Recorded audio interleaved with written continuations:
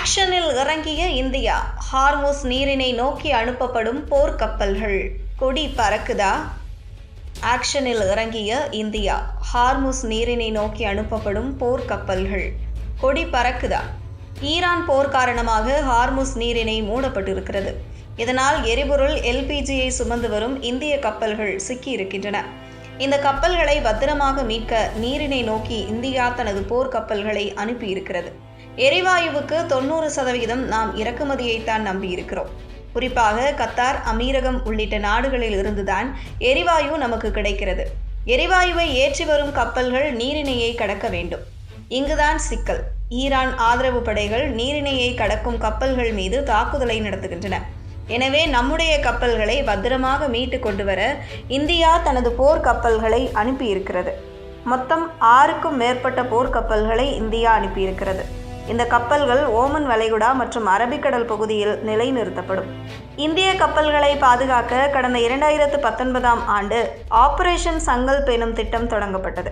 இந்த திட்டத்தின் கீழ்தான் தற்போது இந்தியா தனது போர்க்கப்பல்களை அனுப்பியிருக்கிறது. இப்படி அனுப்பப்பட்ட கப்பல்கள் சரியாக ஹார்முஸ் நீரிணைக்கு கிழக்கு பகுதி வரை செல்லும். ஆனால் நீரிணைக்குள் நுழையாது.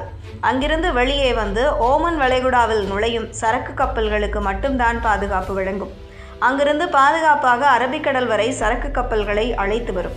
மொத்தம் 22 இந்திய கப்பல்கள் பாரசீக வளைகுடாவில் சிக்கி இருக்கின்றன. இவை அனைத்தும் ஹார்முஸ் நீரிணையை தாண்டித்தான் வெளியே வர வேண்டும்.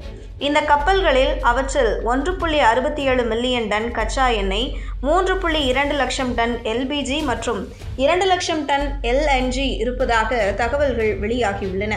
இந்த அளவு கச்சா எண்ணெயை இந்தியாவுக்கு வெறும் 2.5 நாட்கள் தான் போதுமானது.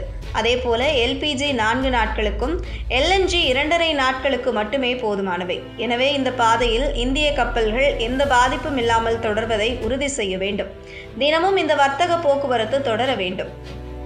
ஏற்கனவே இந்திய கடற்படையின் பாதுகாப்பில் ஷிவாலிக் மற்றும் நந்தாதேவி ஆகிய 2 எல்பிஜி கப்பல்கள் பாதுகாப்பாக இந்தியா வந்தடைந்தன.